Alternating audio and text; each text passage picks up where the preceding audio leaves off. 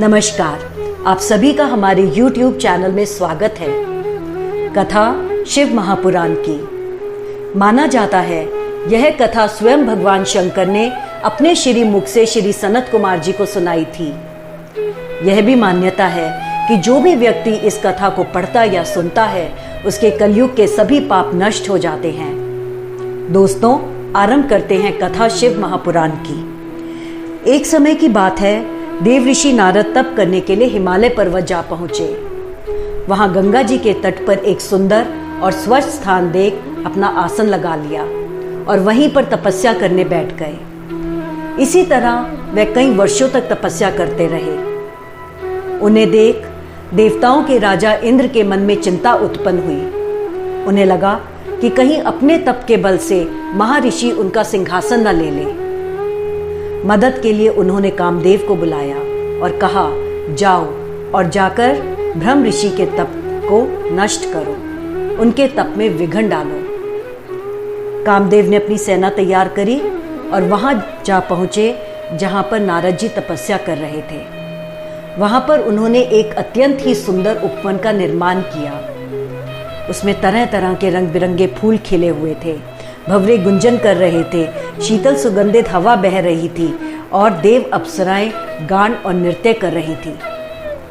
परंतु इन सब का नारद जी पर कुछ असर न पड़ा। वह अपनी तपस्या में तल्लीन रहे। देखा जाए तो इसमें नारद जी की भी कोई महिमा नहीं थी, क्योंकि यह स्थान वही था जहां पर एक बार भगवान शंकर तपस्या करने के लिए बैठे थे और कामदेव ने उनकी तपस्या में विघ्न डालने की कोशिश करी थी। क्रोधित हो भगवान शंकर ने कामदेव को भस्म कर दिया था। यह तो कामदेव की पत्नी रति के अनुरोध पे भगवान शंकर ने उन्हें पुनः जीवन दान दिया, परंतु साथ में यह भी कहा कि इस स्थान पर जो भी तपस्या करेगा उसका कामदेव कुछ बिगाड़ नहीं पाएंगे। इस तरह भगवान शंकर की कृपा से नारद जी के तप निर्विघ्न समाप्त हुआ। दोस्तों, वीडियो अंत तक जरूर देखें। अगर आपको हमारा चैनल पसंद आए तो इसे लाइक, सब्सक्राइब और शेयर भी जरूर करें। लाल बटन दबाकर और बेल आइकन दबाकर आप हमारा चैनल सब्सक्राइब कर सकते हैं। इससे आपको हमारी आने वाली सभी वीडियोस का नोटिफिकेशन मिलता रहेगा और आप हमसे इसी तरह जुड़े रहेंगे। पुनः आरंभ करते हैं कथा शिव महापुराण की। नारद जी की तपस्या समाप्त हुई। वह कामदेव पर विजय हुए। इससे उनके मन में अहंकार उत्पन्न हो गया। वह पहले भगवान शंकर और उनके बाद सृष्टि रचयिता ब्रह्मा जी के पास पहुंचे और बड़े ही अहंकार के साथ उन्हें कामदेव पर अपनी विजय की कथा सुनाई। दोनों ने ही उन्हें सलाह दी, महर्षि इस बात की चर्चा किसी से ना करें, खासकर भगवान विष्णु से। नारद जी को उनकी सलाह पसंद ना आई। उन्हें लगा शायद भगवान शंकर और ब्रह्मा जी उनसे ईर्ष्या करने लगे हैं, इसलिए उनकी बात को अनदेखा कर नारायण नारायण भजते हुए भगवान विष्णु के पास क्षीर सागर पहुंचे। प्रभु ने पूछा, महर्षि सब कुशल मंगल, कैसे आना हुआ? बड़े ही गर्व के साथ नारद जी ने कामदेव वाला पूरा वृतांत प्रभु को कह सुनाया। विष्णु जी मुस्कुराते हुए बोले, महर्षि आप धन्य हैं। नारद जी ने कहा, आपकी ही कृपा का प्रसाद है प्रभु, और यह कहकर वहां से प्रस्थान किया। अब तक भगवान समझ चुके थे कि शंकर जी ने उन्हें वहां पर क्यों भेजा। वह चाहते थे कि नारद जी का अहंकार नष्ट हो सके। क्षीर सागर से नारद जी घर की ओर चले। उसी समय भगवान शिव ने अपनी योग माया से उनके मार्ग में एक सुंदर नगर का निर्माण किया। नगर के राजा का नाम था शीलनिधि। उनकी एक अत्यंत ही सुंदर कन्या थी विश्वमोहिनी। नगर में पहुंचकर नारद जी को पता चला कि राजा की कन्या का स्वयंवर है। वह राजा के महल में जा पहुंचे। राजा ने देव ऋषि का हर प्रकार से सम्मान किया, उन्हें अपने सिंहासन पर बिठाया और विश्व मोहिनी को बुला भेजा। ब्रह्म ऋषि का आशीर्वाद पाने के लिए विश्व मोहिनी राजमहल में पहुंची। उसका रूप लावण्य देखकर नारद जी उस पर मोहित हो गए। महल से जाने के बाद नारद जी के मन में विचार आया, क्यों ना इस कन्या को मैं वर लूं। यह सोचकर नारद जी ने भगवान विष्णु का ध्यान किया। भगवान विष्णु उनके सामने प्रकट हुए और बोले, ब्रह्म ऋषि, मैं आपकी मन की व्यथा को समझता हूँ। आप निश्चिंत होकर स्वयंवर में जाएं। जो भी आपके हित में होगा मैं वही करूँगा।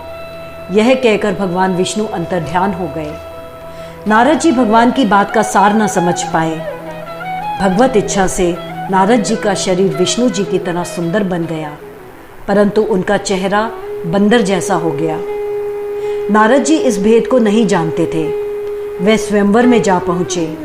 उन्हें पूर्ण विश्वास था कि वह विष्णु जी की तरह रूपवान दिख रहे हैं और विश्व मोहिनी केवल उन्हीं का वरण करेगी।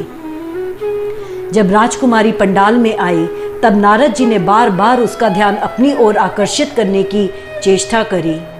राजकुमारी ने उनकी ओर देखा भी नहीं। उसी समय भगवान विष्णु वहां आ पहुंचे और राजकुमारी ने उनके गले में माला पहना दी। यह देखकर नारद जी अत्यंत ही दुखी हुए। उस समय वहां पर 2 शिवदूत भी बैठे हुए थे और वह नारद जी के चेहरे को देख उनका मजाक उड़ाने लगे। उनकी बात सुनकर नारद जी ने अपना प्रतिबिंब जल में देखा और हैरान रह गए। वह क्रोधित हो उठे और उसी समय उन दोनों शिवदूतों को राक्षस होने का श्राप दे डाला। उसके बाद उन्होंने निश्चय किया कि मैं भगवान विष्णु को भी श्राप दूंगा और उन्हें श्राप देकर मैं अपना यह शरीर त्याग दूंगा। दोस्तों, वीडियो अंत तक जरूर देखें और लाल बटन दबाकर और बेल आइकन दबाकर हमारा चैनल भी सब्सक्राइब कर लें।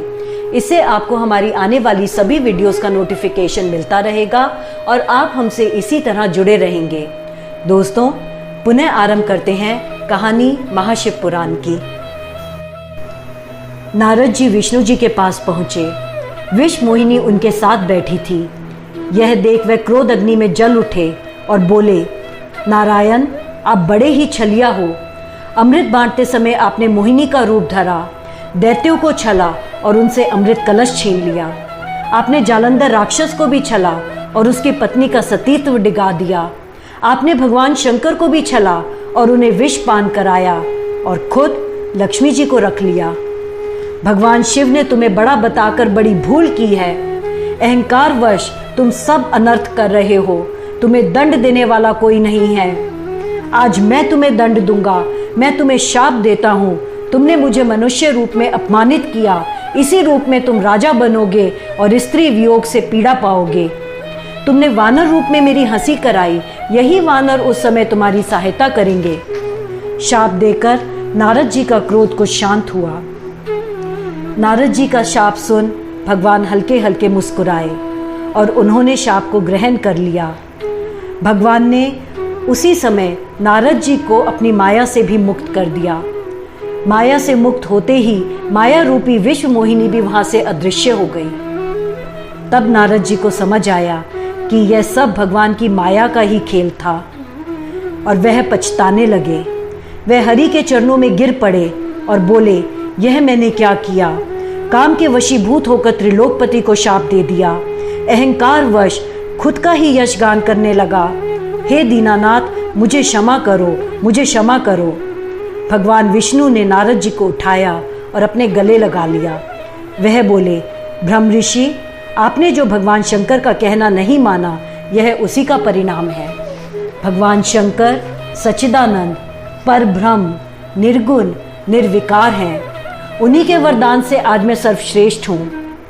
आप भगवान शंकर का ध्यान करो। जाओ, काशी जाओ, उनकी उपासना करो।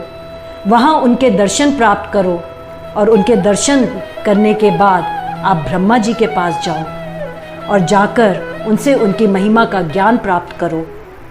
दोस्तों, कहते हैं जिस प्रकार कमल के पत्ते जल में डूबे हुए भी जल के प्रभाव से निर्लेप रहते हैं, उसी प्रकार शिव भक्त के पास दुख फटकने भी नहीं पाता। दोस्तों, अगर आपको हमारा चैनल पसंद आया हो तो इसे लाइक, सब्सक्राइब और शेयर जरूर करें। आप लाल बटन दबाकर और बेल आइकन दबाकर हमारा चैनल सब्सक्राइब कर सकते हैं। इससे आपको हमारी आने वाली सभी वीडियोस के नोटिफिकेशन मिलते रहेंगे। और आप हमसे इसी तरह जुड़े रहेंगे। आगे भी आपसे मिलते रहेंगे कहानी महाशिव पुराण की में। आप सभी को हमारा प्रेम भरा नमस्कार। हम कामना करते हैं आपका दिन मंगलमय हो।